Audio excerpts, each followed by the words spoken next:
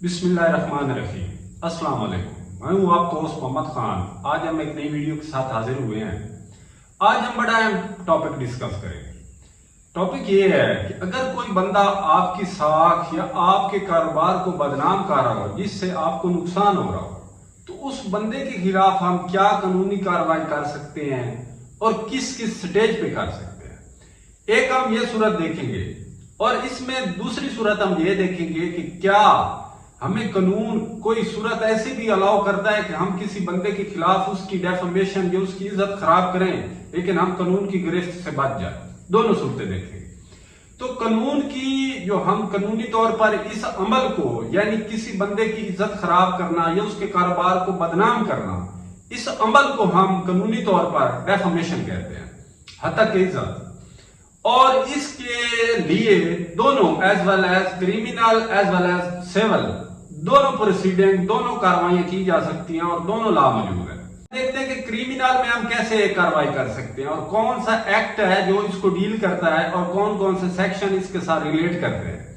تو جو ہماری تعزیرات پاکستان ہے 1860 اس کا سیکشن 499 اور 500 501 اور 502 یہ چار سیکشن جو ہیں یہ اس کے ساتھ ڈیل کرتے ہیں ڈیفیمیشن کے۔ اس میں اس کی سزا دی گئی ہے، اس میں اس کی کچھ صورتیں ایسی بتائی گئی ہیں کہ صرف زبان سے اگر آپ کسی کی عزت خراب کر رہے ہیں یا کاروبار کو بدنام کر رہے ہیں تو اتنا نہیں، بلکہ آپ اگر اس کے خلاف کوئی مواد ایسا بنا کر پرنٹ کر رہے ہیں یا اس کو سیل کر کے اس کو مطلب پھیلا رہے ہیں، پبلش کر رہے ہیں کوئی چھاپ کی کوئی چیز، تب بھی وہ ڈیفیمیشن میں آئے گی اور آپ اس کے خلاف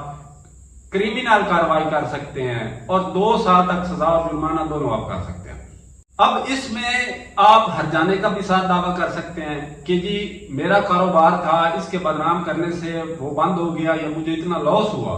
تو یہ دونوں صورتیں اس میں آپ ہرجانے کا بھی دعویٰ کر سکتے ہیں اور اس کے خلاف کریمنل کارروائی بھی کر سکتے ہیں۔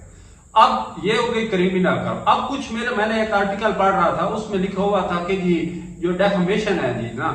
اس میں سیکشن جو ہے وہ 499 سے لے کر 508 509 تک اس میں شامل ہے۔ تو ایسا نہیں ہے، 502 تک اس میں سیکشن اس کو ریلیٹ کرتے ہیں ڈیفیمیشن کو، اور 503 سے آگے جو ہے نا وہ کریمنل انٹیمیڈیشن میں آ جاتے ہیں۔ اب یہ ایک لڑی تو ہے لیکن یہ صورتیں دونوں مختلف ہیں۔ ہم انشاءاللہ ڈیٹیل میں کریمنل انٹیمیڈیشن پہ ویڈیو ضرور بنائیں گے اور اس کی صورتیں آپ کے ساتھ ڈسکس کریں گے۔ اب ہم اس کی دوسری صورت دیکھ لیتے ہیں کہ ہم سیول پروسیڈنگ میں اس کے کون سی کارروائی کر سکتے ہیں۔ تو سیول پروسیڈنگ میں ہمارے پاس آرڈیننس موجود ہے، ڈیفیمیشن آرڈیننس 2002، اور حال ہی میں ایک نیا آرڈیننس بھی پنجاب حکومت نے لانچ کیا ہے، لیکن جو نیا آرڈیننس بنایا گیا ہے یہ زیادہ دیر پر نہیں ہے، لہٰذا ہم پرانے کو ڈسکس کریں گے اور اس کے مطابق ہی ہم اپنی کارروائی کو چلائیں گے۔ تو سیول میں یہ ہے کہ آپ مطلب اپنا جو بھی وہ آپ کے خلاف اس نے کوئی ہتک امیز مواد پرنٹ کیا ہے یا اس نے چلایا ہے یا آپ کی ساکھ خراب کیا ہے، تو جتنا بھی لاس ہوگا آپ اس میں اس کے خلاف ہتک عزت کا اور ہرجانے کا دونوں دعوے کر سکتے ہیں۔ اور اس میں آپ کو یہ ہے کہ اگر 2 لاکھ سے اوپر کا نقصان ہے، اگر آپ کا کوئی کاروبار تھا وہ بند ہو گیا ہے اس کی مطلب اس عمل سے ڈیفیمیشن کرنے سے، تو آپ 2 لاکھ سے اوپر جو آپ کی کورٹ فیس ہوگی وہ 15,000 ہی ہے، اس سے زیادہ نہیں ہوگی۔ آپ ہرجانے کا بھی دعویٰ کر سکتے ہیں اور یہ شورٹی بانڈ ہے، یہ کوئی عام بات نہیں ہے کہ اگر آپ اس کو ثابت کر دیں تو بے شک جو عدالت ہماری ہے وہ آپ کے ہرجانے کو ڈگری کر دیتی ہے، آپ بالکل لینے کے حقدار ہوتے ہیں۔ اب سب سے اہم اور جو وہ بات ہے جو ہمیں قانون الاؤ کرتا ہے،